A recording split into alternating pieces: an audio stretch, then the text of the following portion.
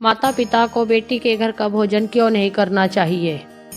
यदि वह बेटी के घर का भोजन करते हैं तो उन्हें कौन सा पाप लगता है? दोस्तों, आज हम आपके इस प्रश्न का उत्तर एक अत्यंत ही सुंदर कथा के माध्यम से देना चाहती हूँ।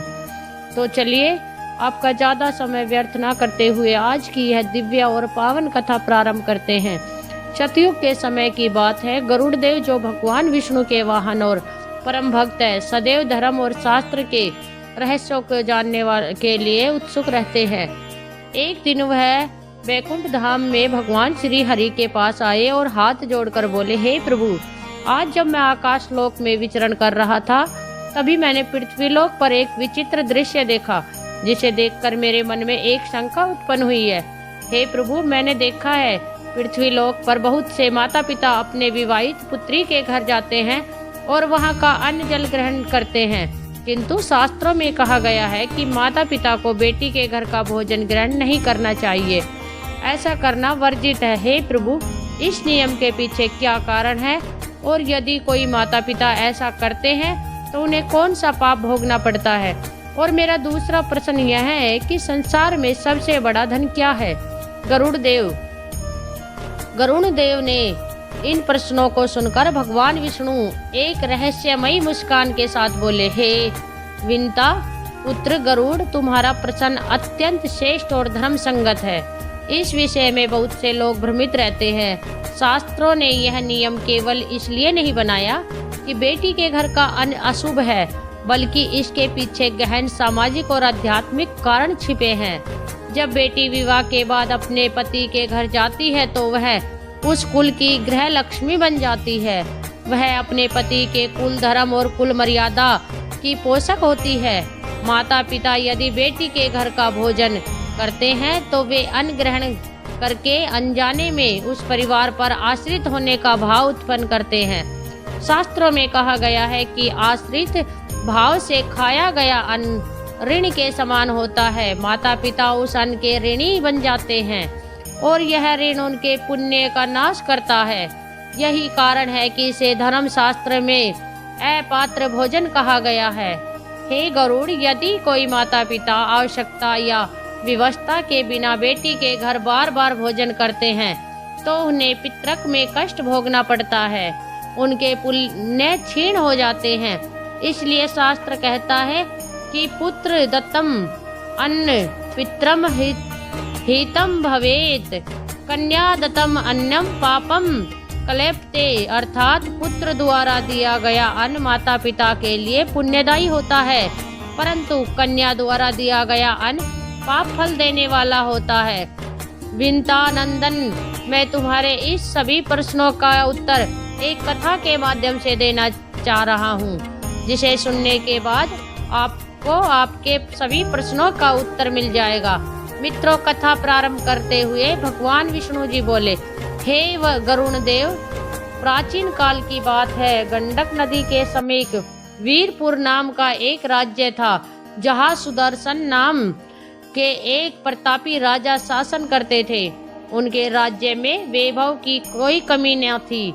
सोने चांदी के असीम भंडार, अनगिनत दुर्लभ रत्न, हाथी घोड़े और रथों से सुसज्जित विशाल सेना, एक दिव्य राजमहल जिसके दीवारों पर स्वर्ण जड़ित नक्काशी दमकती रहती थी।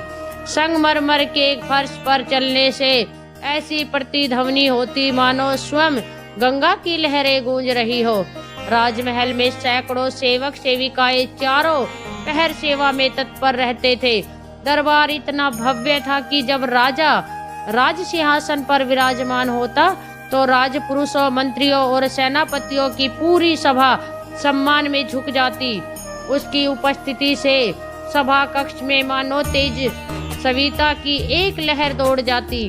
जब वह रथ पर सवार होकर नगर की गलियों में निकलते तो मार्ग के दोनों ओर खड़े नगरवासी पुष्प वर्षा कर उनका स्वागत करते। बालक रथ को देखकर हर्षित हो उठते और वृद्ध जन आशीर्वाद बरसाते। हर ओर राजा सुदर्शन की जय जयकार गूंजती। परंतु हे वितानंदन, उस राजसी चकाचौंध के पीछे एक गहरा अंधकार छुपा था। जैसे ही रात का समय आरंभ होता, सुदर्शन का मन बेचैन हो उठता। वह अकेला अपने विशाल कक्ष की खिड़की के पास खड़ा होकर आकाश की ओर देखता, मानो तारों से कोई अनकही बात कहना चाहता हो। वह स्वयं से प्रश्न करता, इतना वैभव, इतना यश, इतनी शक्ति और सम्मान, फिर भी मेरे मन में शांति क्यों नहीं मिलती? यह खालीपन कौन सा है जो सब कुछ होते हुए भी मुझे भीतर ही भीतर खाए जा रहा है? मित्रों, यह सब सोचकर राजा सुदर्शन की बेचैनी दिन प्रतिदिन बढ़ती जा रही थी। एक दिन राजा सुदर्शन ने दरबार के बीच अपने मंत्रियों और सभा सदस्यों से प्रश्न पूछते हुए कहा, मुझे बताओ, सबसे बड़ा धन क्या है? सोना, चांदी, राजसत्ता, पुत्र पुत्री या प्रजा का प्रेम? यह प्रश्न सुनकर सभा में क्षण भर के लिए मौन छा गया। सभी मंत्री, अमात्य और राजपुरुष एक दूसरे का चेहरा देखने लगे। फिर एक एक करके सबने अपनी अपनी राय रखनी शुरू की। किसी ने कहा, स्वामी, सोना ही सबसे बड़ा धन है, क्योंकि उससे संसार की हर वस्तु खरीदी जा सकती है, हर इच्छा पूरी की जा सकती है। दूसरे ने कहा, नहीं महाराज, संतान सबसे बड़ा धन है, क्योंकि वही वंश को आगे बढ़ाती है, नाम को अमर बनाती है। तीसरे ने कहा, महाराज, प्रजा का सम्मान और उनका प्रेम ही सबसे बड़ा धन है, क्योंकि उनके बिना राजा अधूरा है। चाहे सोना हो या संतान, यदि प्रजा का स्नेह ना हो तो राजसत्ता टिक नहीं सकती। राजा सुदर्शन ने दरबार में उपस्थित सभी की बातें ध्यानपूर्वक सुनी, परंतु उनके हृदय को तृप्ति न मिली। वह चुपचाप दरबार से उठे और अपने कक्ष की ओर चले गए। उसी रात राजा ने एक विचित्र सौपन देखा। सौपन में उसे एक वृद्ध साधु दिखाई दिए। उनके केस हिम के समान श्वेत थे, नेत्रों में असीम करुणा और मुखमंडल पर अद्भुत तेज झलक रहा था। वे किसी दिव्य प्रभा से आभासित प्रतीत हो रहे थे। साधु ने गंभीर स्वर में कहा, हे राजन, तू सोने, चांदी, रतन और वैभव के सागर में डूबा हुआ है, परंतु सच्चे धन से अब भी वंचित है। वह धन ना तेरे खजाने में है, ना दरबार की चकाचौंध में है, ना तेरे पुत्र पुत्रियों के स्नेह में। वह धन तुझे केवल धर्म और सत्कर्म के मार्ग पर चलकर प्राप्त होगा। वही धन अमर है, वही जीवन को सार्थक करता है। सौपन में साधु की वाणी सुनते ही सुदर्शन का हृदय कांप उठा और उसकी आंखें खुल गई। सौपन विलीन हो गया, परंतु उन वचनों की गूंज उसके मन में प्रतिध्वनित होती रही। भोर होते ही वह व्याकुल मन से अपने राजपुरोहित को बुलवाता है और सौपन में देखी हुई बातें बताते हुए बोला, महाराज, मैंने एक अद्भुत सौपन देखा। मैंने देखा सौपन में एक तेजस्वी वृद्ध साधु ने मुझसे कहा कि सबसे बड़ा धन नष्ट नहीं होता और वह केवल धर्म और सत्कर्म से ही प्राप्त होता है, किंतु मैं समझ नहीं पाया कि वह धन वास्तव में है क्या। कृपा बताइए, वह कौन सा धन है जो कभी नष्ट नहीं होता? राजा सुदर्शन की बात सुनकर राजपुरोहित शांत भाव से मुस्कुराए। उनके नेत्रों में गहन ज्ञान की झलक थी। वे मंद मुस्कान के साथ बोले, महाराज, आपका प्रश्न साधारण नहीं, अत्यंत गूढ़ है। राजभोग और संपत्ति तो क्षण भंगुर है। सच्चे धन का रहस्य समझना चाहते हैं तो आपको उन साधु संतों और महर्षियों के पास जाना होगा जो सांसारिक बंधनों से परे है। वही आपको उस अमर धन का मार्ग दिखा सकते हैं। राजपुरोहित के इन वचनों ने राजा सुदर्शन के हृदय में एक नई ज्वाला प्रज्वलित कर दी। फिर राजा ने निश्चय कर लिया कि वह इस अदृश्य और अमर धन को पाने के लिए अपना राज सिंहासन, वैभव और सुख सुविधाएं सब कुछ त्याग दूंगा। मित्रों, आगे भगवान विष्णु जी गरुड़ देव से बोले, हे पक्षीराज, राजा सुदर्शन राजपुरोहित के मुख से यह बात सुनकर अपने विशाल राजमहल, सोना चांदी के भंडार और राज वैभव को छोड़कर अकेले ही वन की ओर निकल पड़ा। उसका रथ सरल नहीं था, कभी वह कांटों से भरे पथ पर चलता तो कभी घने और अंधकार में जंगल से गुजरता, लेकिन उसके हृदय में एक ही ज्वाला प्रज्वलित थी, यह जानने की कि वह कौन सा धन है जो कभी नष्ट नहीं होता। कई दिनों की कठिन यात्रा के बाद थका हारा राजा सुदर्शन अंततः एक शांत वनाश्रम पहुंचा। वहां उसने देखा कि एक महात्मा गहन ध्यान में लीन है। उनका शरीर वयोवृद्ध था, पर चेहरा तेजस्वी और आंखें ज्ञान से भरी हुई थी। राजा ने उनके चरणों में प्रणाम किया और विनय स्वर में कहा, हे गुरुदेव, मेरा नाम सुदर्शन है। मैं वीरपुर राज्य का राजा हूँ। मैं वह जानने आया हूँ जो आज तक मुझे किसी ने नहीं बताया।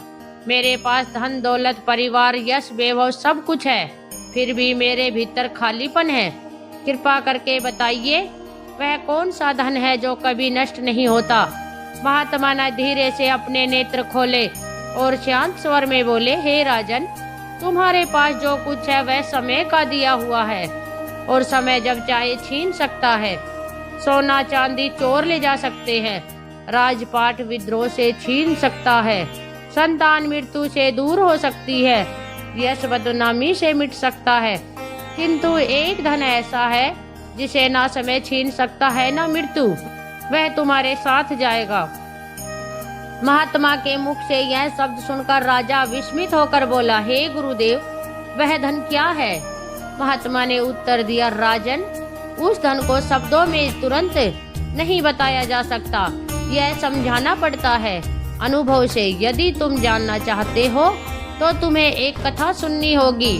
उस कथा में वह रहस्य छिपा है जिसे सुनकर तुम्हारे मार्गदर्शन मिलेगा। राजा सुदर्शन ने हाथ जोड़कर कहा, हे गुरुदेव, कृपा कर वह कथा सुनाइए। मेरे जीवन का उद्देश्य ही यही है। महात्मा ने मुस्कुराकर कहा, सुनो राजन, यह कथा है एक ऐसे साहूकार की जिसने धन के लिए सब कुछ त्याग दिया, परंतु अंत में समझ पाया कि सबसे बड़ा धन कुछ और ही नहीं है। महात्मा बोले, राजन, एक नगर में सुंदरम नाम का व्यापारी रहता था। उसके पास अपार संपत्ति थी, सोने चांदी के भंडार, असंख्य नौकर चाकर और व्यापार में इतने स्रोत की दिन रात धन उसके घर में बरसता था। नगरवासी उसे सम्मान से देखते और उसकी प्रशंसा करते, परंतु धन के अहंकार ने उसके भीतर कठोरता भर दी थी। सुंदरम अपने धन के बल पर गरीबों को दबाता, मजदूरों से अधिक काम करवाता और कभी किसी की मदद नहीं करता। उसे लगता था कि धन ही सब कुछ है और धन ही उसे अमर बना देगा। समय बीतता गया। एक दिन उसके नगर में महामारी फैली, लोग मरने लगे, नगर वीरान होने लगा। इस बीमारी की चपेट में धीरे धीरे उसका परिवार भी आ गया। उसकी आंखों के सामने उसके 2 बेटे और एक पत्नी चल बसे। सुंदरम लाखों स्वर्ण मुद्राएं खर्च करके वेद बुलाता, दवाएं मंगवाता, परंतु मृत्यु ने उसकी एक ना सुनी। हे राजन, इस घटना के बाद पहली बार उस व्यापारी को एहसास हुआ कि धन कितना असहाय है। उसने सोचा, जो धन मेरे पास खड़ा होकर मेरी रक्षा नहीं कर पा रहा है, क्या वह सचमुच धन है? दुख और पछतावे में डूबकर वह नगर से बाहर निकल गया। रास्ते में उसे एक साधु मिले। साहूकार रोते हुए उनके चरणों में गिर पड़ा और रोते हुए बोला, महाराज, मेरे पास इतना धन था कि मैं खुद को दुनिया का सबसे बड़ा धनवान मानता था, पर आज मैं अकेला हूँ, सब छिन गया। बताइए कौन सा धन है जो मृत्यु भी नहीं छीन सकती? साधु ने शांत स्वर में उस साहूकार को उत्तर दिया और बोले, साहूकार, जो धन तूने कमाया वह तेरा नहीं था, वह केवल समय के लिए था। असली धन तो पुण्य और धर्म और भक्ति है। जब तुम दीन दुखियों की सेवा करोगे, सत्य और करुणा का पालन करोगे, तभी तुम्हारा धन अमर होगा और तुम्हें मोक्ष की प्राप्ति होगी। साधु महात्मा की बातें सुनकर साहूकार का हृदय परिवर्तित हो गया। फिर उसने अपना शेष जीवन गरीबों की सेवा में लगा दिया। अनाथ बच्चों के लिए आश्रम बनवाए, भूखों को भोजन कराया और जब अंत समय आया तो उसके चेहरे पर संतोष की मुस्कान थी, क्योंकि अब वह जान चुका था कि अमर धन केवल पुण्य है। मित्रों, महात्मा जी ने कथा समाप्त कर राजा सुदर्शन से कहा, हे राजन, उस साहूकार ने सब कुछ खोकर यह सत्य पाया, परंतु यह सत्य तुम्हें साधु संतों के वचन से मिल रहा है। अगर तुम इसे समझ लो तो तुम्हारे जीवन का अर्थ कितना ऊंचा हो सकता है। साधु महात्मा की बात सुनने के बाद राजा सुदर्शन कुछ देर मौन बैठे रहे। उनके चेहरे पर विचारों का भाव स्पष्ट था। फिर उन्होंने हाथ जोड़कर कहा, हे गुरुदेव, आपकी कथा ने मेरे हृदय को झंझोड़ दिया, परंतु यदि सचमुच धन, वैभव और परिवार सब नश्वर है और केवल पुण्य ही सबसे बड़ा धन है, तो फिर राजधर्म, प्रजा धर्म और भक्ति का स्थान कहाँ है? क्या केवल दान और सेवा ही उस धन का मार्ग है? राजा सुदर्शन के इस प्रश्न को सुनकर महात्मा ने शांत स्वर में उत्तर दिया, हे राजन, तुम्हारा यह प्रश्न उचित है। पुण्य केवल दान करने से नहीं मिलता, दान तो एक अंग है। असली पुण्य तो तब होता है जब तुम अपने कर्तव्यों को धर्म के अनुसार निभाते हो। एक राजा के लिए प्रजा की रक्षा करना, अन्याय का नाश करना, सत्य का पालन करना और धर्म को बढ़ाना ही सबसे बड़ा पुण्य है। जैसे एक साधु तपस्या से पुण्य कमाता है, वैसे ही राजा न्याय और धर्म पालन से पुण्य अर्जित करता है। हर व्यक्ति का धर्म अलग है, परंतु धर्म निष्ठा और करुणा ही उसका शाश्वत धन बनती है। राजा ने दोबारा पूछा, हे गुरुदेव, यदि पुण्य ही अमर धन है, तो क्या इसका फल मृत्यु के बाद भी आत्मा को मिलता है? महात्मा ने गहरी दृष्टि से राजा को देखा और बोले, हाँ राजन, जब मनुष्य इस संसार से विदा लेता है, तब उसके सोने चांदी के भंडार यहीं रह जाते हैं, उसके राजमहल धूल में मिल जाते हैं, उसका नाम यश समय के गर्त में खो जाता है, किंतु उसके पुण्य कर्म और पाप कर्म ही आत्मा के साथ जाते हैं। यहीं आगे चलकर उसे स्वर्ग या नरक के मार्ग पर ले जाते हैं, यही अगले जन्म का आधार बनते हैं। यही वह खजाना है जो कभी नष्ट नहीं होता। राजा सुदर्शन ने गहरी सांस ली और कहा, गुरुदेव, अब मुझे समझ आ रहा है कि अमर धन अलग अलग व्यक्ति के लिए अलग अलग कर्तव्यों से बनता है। व्यापारी के लिए दान और सेवा, आर्ष के लिए तप और करुणा और राजा के लिए धर्म पालन। किंतु क्या इस मार्ग पर चलने के लिए केवल कर्म ही आवश्यक है या भक्ति भी उतनी ही जरूरी है? महात्मा मुस्कुराए और बोले, हे राजन, आपने बहुत गूढ़ प्रश्न किया है। कर्म और भक्ति दोनों मिलकर ही अमर धन का निर्माण करते हैं। इसे समझ आने के लिए अब मैं तुम्हें एक भक्त की कथा सुनाऊंगा, जिसने साधारण जीवन जीते हुए भी भक्ति से इतना धन अर्जित किया कि देवता भी उसका सम्मान करते हैं। महात्मा बोले, राजन, तुमने उचित प्रश्न किया है कि क्या भक्ति भी अमर धन का मार्ग है। अब मेरी बात ध्यान पूर्वक सुनो। मैं तुम्हें एक ऐसे बालक की कथा सुनाने जा रहा हूँ, जिसने भक्ति से वह धन अर्जित किया जो आज भी अमर है। उस बालक का नाम ध्रुव है। हे राजन, एक समय की बात है, उज्जवल राज्य का राजकुमार ध्रुव अपनी बाल सुलभ मासूमियत में कभी नहीं सोच सकता था कि उसके अपने ही घर में उसके साथ भेदभाव होगा। उसका हृदय राजमहल की चकाचौंध में नहीं, बल्कि माँ के स्नेह में बरसता था। किंतु नियति ने जैसे उसकी बाल्यावस्था की कोमल भावनाओं को परखने की ठान ली, राजमहल में एक दिन ऐसा आया जब ध्रुव ने खेलक में अपने पिता राजमहल महाराज उत्तरानपाद की गोद में बैठने की इच्छा जताई, परंतु उसकी सौतेली माँ ने उसे तिरस्कार भरे शब्दों में रोक दिया। उस क्षण उसकी नन्ही आंखों में आंसू छलक आए। वह राजकुमार होकर भी अपने ही महल में अपमानित हुआ। रोते रोते जब वह अपनी माता सुनीति के पास पहुंचा, तो अपने बेटे ध्रुव को इस प्रकार से रोता हुआ देख वह व्यवस्थित हो उठी। उन्होंने बेटे के आंसू को पोंछते हुए कहा, बेटा, संसार का सुख चंचल है, राजसिंहासन भी टिकाऊ है नहीं। यदि तुझे सच्चा सहारा चाहिए तो तुम भगवान की शरण में जाओ। वह तुम्हें ऐसा खजाना देंगे जिसे कोई छीन नहीं सकता, जो ना समय से मिटेगा ना मृत्यु से। माता के इन शब्दों ने बालक ध्रुव के हृदय को झंझोड़ दिया। उसी क्षण बालक ध्रुव ने निश्चय कर लिया कि वह राजमहल के सुख सुविधाओं को त्याग कर ईश्वर की खोज में जाएगा। एक रात चुपचाप वह राजमहल छोड़कर घने अंधकार में वन की ओर निकल पड़ा। वन का वातावरण भयावह था। कहीं हिंसक पशुओं की गर्जना, कहीं ठंडी हवाओं की सरसराहट, कहीं कांटों से भरी झाड़ियां। परंतु उस नन्हे बालक को साहस अद्भुत था। उसने वन के मध्य एक स्थिर स्थान चुना और ईश्वर की ध्यान साधना में लीन हो गया। दिन बीतते गए, कभी उसने केवल पत्ते खाए, कभी सिर्फ जल पिया और अंत में तप की तीव्रता इतनी बढ़ गई कि वह मात्र प्राण वायु पर ही जीवित रहने लगा। उसका तन क्षीण हो गया, परंतु मन और श्रद्धा अटल रही। ध्रुव की आंखों में ईश्वर का नाम था, उसकी श्वास में प्रभु की पुकार थी। उसकी विषकलंक भक्ति और कठोर तपस्या से देवगण भी विचलित हो उठे। अंततः उसकी भक्ति ने स्वयं भगवान विष्णु को प्रसन्न कर दिया। एक दिन भगवान विष्णु एक दिव्य प्रकाश के साथ उसके सामने प्रकट हुए और मधुर मुस्कान के साथ बालक ध्रुव से बोले, हे वत्स ध्रुव, तुम्हारी अटूट निष्ठा और भक्ति ने हमें प्रसन्न कर दिया है। मांगो, तुम्हें क्या वरदान चाहिए। भगवान श्री हरि के मुख से ऐसे शब्द सुनकर बालक ध्रुव ने हाथ जोड़कर विनम्र स्वर में कहा, हे प्रभु, मुझे ऐसा धन दीजिए जो कभी नष्ट ना हो।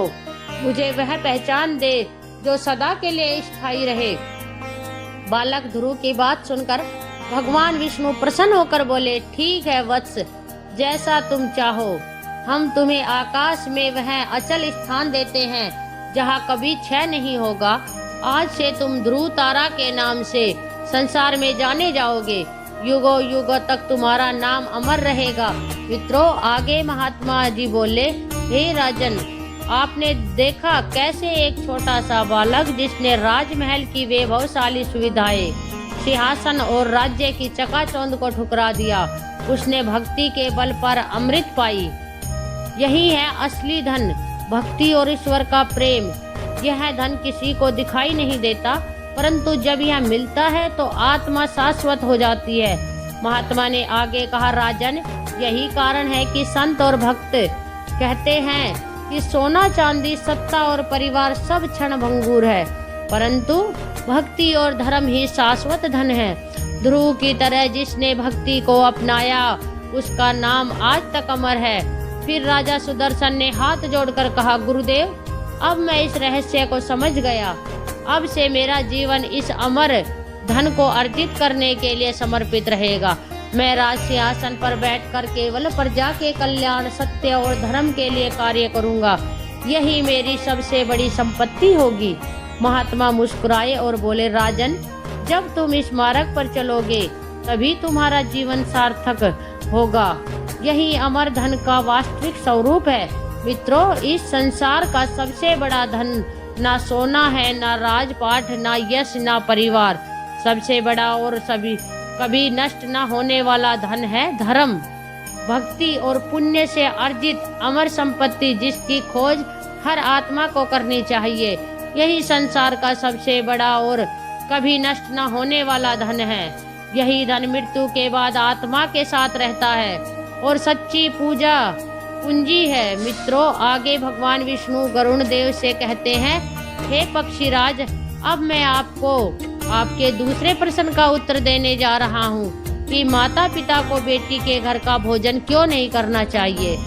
यदि वह ऐसा करते हैं तो उन्हें कौन से पाप लगते हैं। तो सुनो, प्राचीन समय की बात है। हिमालय की तराई में स्थित एक विशाल वन के बीच वट वृक्षों से घिरा हुआ शांत आश्रम था। वहाँ आरसी अत्रिनाथ निवास करते थे। वेदों के ज्ञाता, धर्म शास्त्रों में मर्मज्ञ और अपने शिष्यों को सदाचार का उपदेश देने वाले संत थे। उनके आश्रम में सदैव हवन की सुगंध, वेद मंत्रों की ध्वनि और शांति का अद्भुत वातावरण व्याप्त रहता था।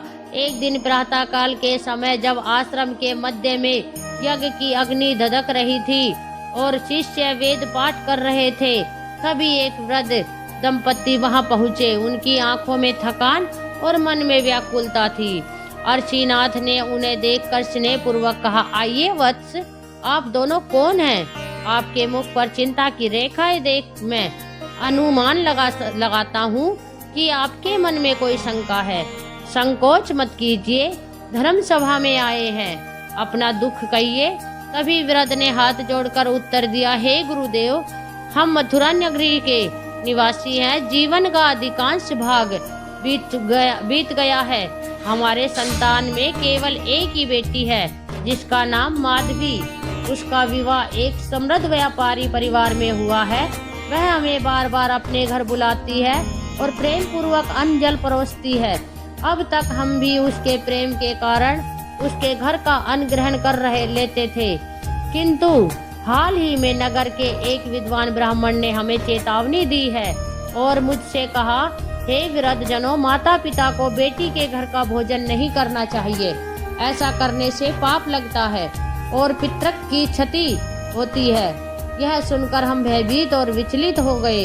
गुरुदेव, क्या सच में ऐसा कोई नियम है? क्या बेटी के घर का अन्न ग्रहण करना पाप है?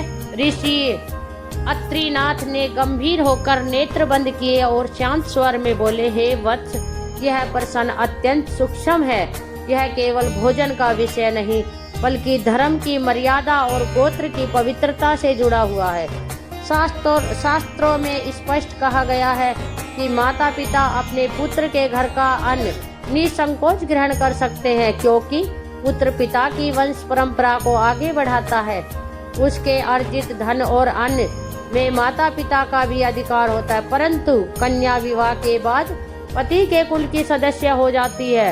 उसके द्वारा अर्जित धन और ग्रह उसके पिता के कुल का अन्न कहलाता है। इस संबंध में गरुड़ पुराण और मनुस्मृति में यह वचन आता है कि पुत्रस्य कृतं यत् सर्वं पितृस्यात् तेन संयुक्तं कन्यायाः गृह भुक्तं ते परगात्रं तु तभन्वेतु तपम दे, अर्थात पुत्र के द्वारा अर्जित अन्न में पिता का अधिकार है, किंतु कन्या के घर का अन्न पराये कुल का माना जाता है। उसे माता पिता द्वारा ग्रहण करना धर्म के अनुरूप नहीं समझा गया। महात्मा की बात सुनकर वृद्ध ने चिंतित होकर कहा, हे गुरुदेव, यदि बेटी प्रेम से बुलाए और अपने हाथों से अन्न परोसे तो क्या उस प्रेम का भी कोई महत्व नहीं? क्या माता पिता का स्नेह इतना असहाय हो जाता है?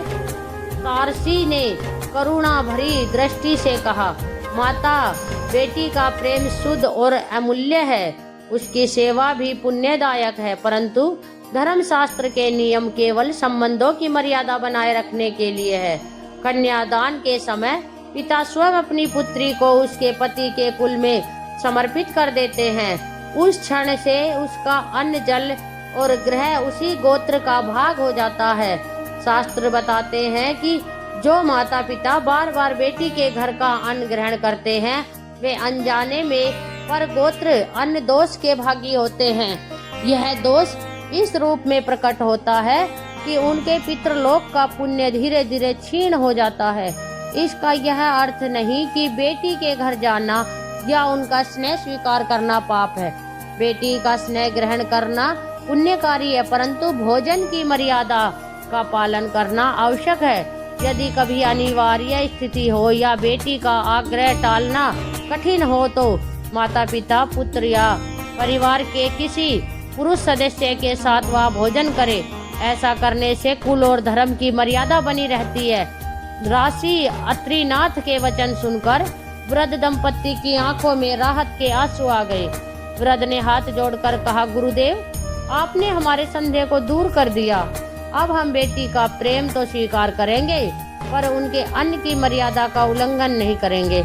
ऋषि ने आशीर्वाद देते हुए कहा, धर्म की रक्षा ही सुख और शांति का कारण है। जो मर्यादा का पालन करता है वह कुल और पितरों की कृपा का पात्र बनता है। प्रिय मित्रों, इस प्रकार से आज की यह कथा समाप्त हुई। आशा करते हैं इस कथा को सुनने के बाद आपको समझ में आ गया होगा कि संसार में सबसे बड़ा धन कौन सा है और माता पिता को बेटी के घर का भोजन क्यों नहीं करना चाहिए।